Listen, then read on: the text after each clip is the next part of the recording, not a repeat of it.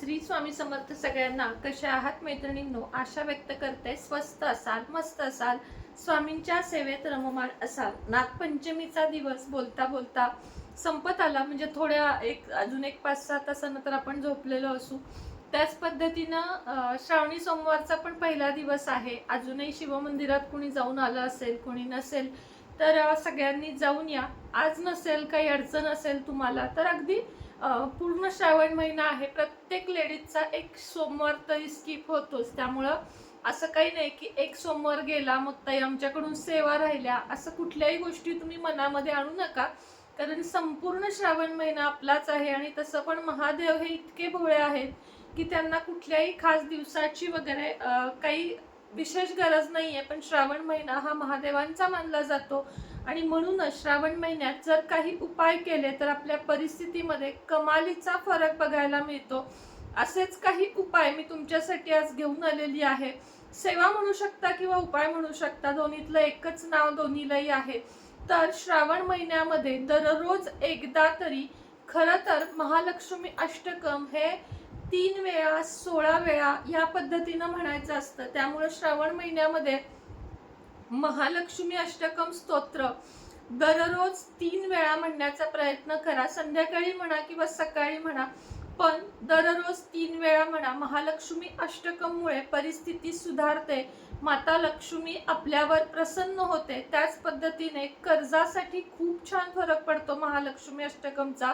कर्जमुक्ती होते, कर्जाचे हप्ते आपले जे काही असतात ते वेळेवर जाण्याची मदत होते.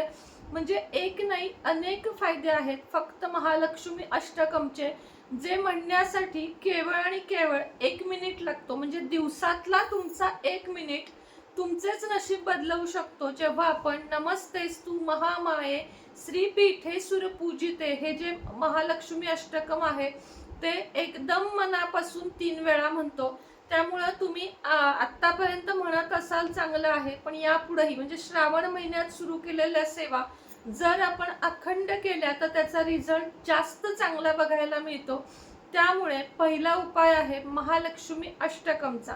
आता उपाय स्वरूपात बघूया की काय काय उपाय करायचे आहेत.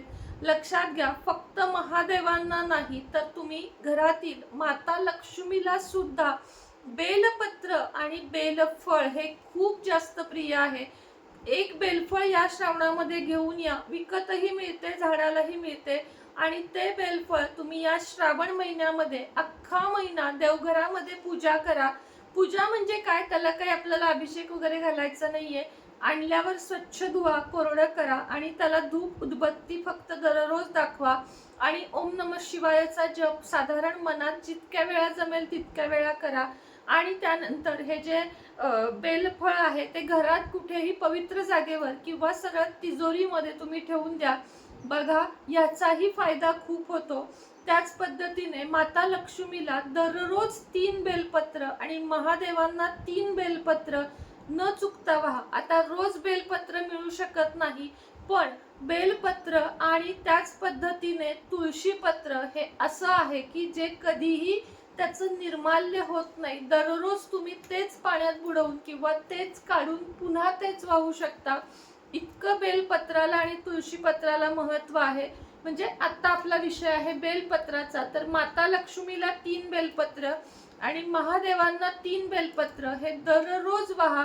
आणि त्यातले काही बेलपत्र श्रावण महिना संपल्यावर एका पिवळ्या कपड्यात किंवा पांढऱ्या कपड्यात ठेवून किंवा कागदाच्या पुडीत सुद्धा ठेवून ते सुद्धा आपण पैशाच्या जागेवर तिजोरीत किंवा दुकानामध्ये ठेवू शकतो. आणि त्याचे सुद्धा अमाप असे लाभ आहेत. कारण बऱ्याच जणांना माता लक्ष्मीला सुद्धा बेल प्रिय आहे हे माहीत नसतं. त्याच पद्धतीनं श्रावण महिन्यात ही 2 झाडे अवश्य घरात किंवा घराच्या अंगणात आणून लावा. ते म्हणजे शमीपत्र आणि बेलाचे झाड. ही दोन्ही झाडे आता मी स्वतः त्यातलं बेलाचं तरी झाड आणणार आहे लवकर. कारण बेलाचं झाड आणि शमीचे झाड हे घरामध्ये असणे खूप महत्वाचं आहे. आता शमीचं आणि लाजाळूचं आणि चिंचेचं यामध्ये लोकांचा खूप जास्त गैरसमज होतो. तर एक सांगते, चिंचेचं तर आपण पान सगळीच ओळखतो कारण त्याला चिंचा येतात.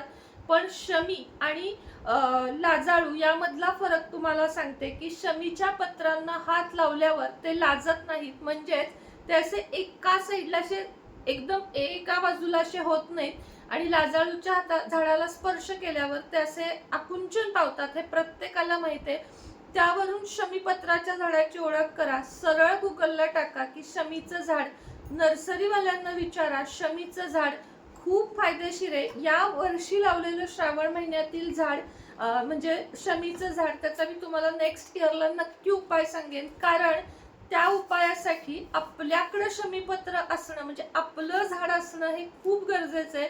आणि म्हणूनच शमीपत्राचे आणि बेलपत्राचे झाड या वर्षीच्या श्रावणामध्ये अवश्य. आता ज्यांच्याकडे ऑलरेडी बेलपत्राचे किंवा शमीचं झाड आहे त्यांनी न चुकता दररोज या झाडाखाली दिवा लावा. पावसाळ्याचे दिवस आहेत माहिती आहे, पण काचेचं झाकण लावून किंवा कोणत्याही पद्धतीने एक 5 ते 10 मिनिटं, किंवा कुंडी असेल तुमच्याकडे बेलाची किंवा शमीची तर ती घरात ठेवून त्याच्या समोर 5 मिनिटे तुपाचा दिवा अगदी न चुकता दररोज लावा. शमीच्या झाडाची आणि बेलाच्या झाडाची पूजा करा. बेलाच्या झाडामध्ये महादेवांचा वास असतो, तसेच शमी वृक्षामध्ये माता लक्ष्मीचा देखील वास असतो. शमीपत्र हे महादेवांना वाहिले जाते आणि एक शमीपत्र दररोज जर तुम्ही महादेवांना व्हाल तर तुमच्या घरामध्ये लक्ष्मी प्राप्तीतले अडथळे मोकळे होतात, म्हणजेच पतीचा पगार वाढणे किंवा तुमचा.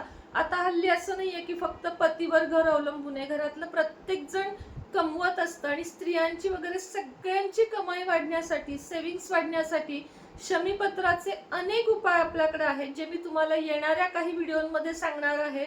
त्यामुळं हे जे आत्ता सांगितलेले उपाय आहेत ते तुम्ही अवश्य करा. याचे जे फायदे आहेत ते तुम्हाला हळूहळू करत दिसतील, अगदी झटक्यात दिसणार नाहीत. पण कुठलाही उपाय किंवा कुठलीही सेवा 21 किंवा 43 दिवस करावी. 21 दिवसामध्ये किंवा 43 दिवसामध्ये 4 दिवस पिरियडचे आले तर तुम्ही ते स्किप सुद्धा करू शकता. ज्यांना सगळ्या सेवा उपाय करून पण म्हणावा असा फायदा होत नाही त्यांच्यासाठी स्पेशली सांगते की अघोर लक्ष्मी सिद्धी मंत्र आणि अघोर लक्ष्मी सिद्धी माळ. अघोर नको असेल तर सिद्ध मंत्र म्हणजे कर्जमुक्ती मंत्र, त्याच पद्धतीने ऋणमुक्ती म्हणजेच कर्जमुक्ती, त्याच पद्धतीने शत्रुनाश, कोर्ट कचेरीतनं सुटका, वशीकरण, हे सगळे सिद्ध मंत्र माझ्याकडे आहेत. मात्र ते पेड आहेत. ज्यांना ज्यांना हवे आहे त्यांनी लगेच कॉन्टॅक्ट करा, कारण त्या मंत्राचा आत्तापर्यंत दिलेल्या सर्वांनाच अगदी भरपूर जास्त प्रमाणात फायदा होतोय. आता माझी ती साधना करून जवळजवळ 3 वर्ष होत आले की मी ती करत आहे आणि सोशल मीडियावर अनेक आहेत काही जण दाखवणारे, पण खरं सांगते की तुम्ही त्या मंत्राचा जर व्यवस्थित विधिवत त्याची जर पूजा कराल, म्हणजे पूजा म्हणजे काही अवघड नाहीये, नुसता तो मंत्र म्हणायचा आहे, तर तो मंत्र म्हटल्याने तुम्हाला खूप जास्त फायदा होईल. त्याच पद्धतीने श्री सूक्त घरात दररोज म्हणा, विष्णू सहस्त्रनाम लावा, जर म्हणायला जमत नसेल तर किमान लावा, आणि व्यंकटेश स्तोत्र. या सेवा आणि उपाय तुम्हाला कसे वाटले नक्की सांगा. आवडले तर लाईक शेअर सबस्क्राईब करा. पुन्हा भेटेन नवीन व्हिडिओ सोबत, नवीन विषयासोबत. तोपर्यंत तुम्हा सगळ्यांना श्री स्वामी समर्थ. ज्यांना हे पेड मंत्र हवे आहेत त्यांनी खाली दिलेल्या नंबरवर लगेचच व्हॉट्सअप मेसेज साधा. श्री स्वामी समर्थ.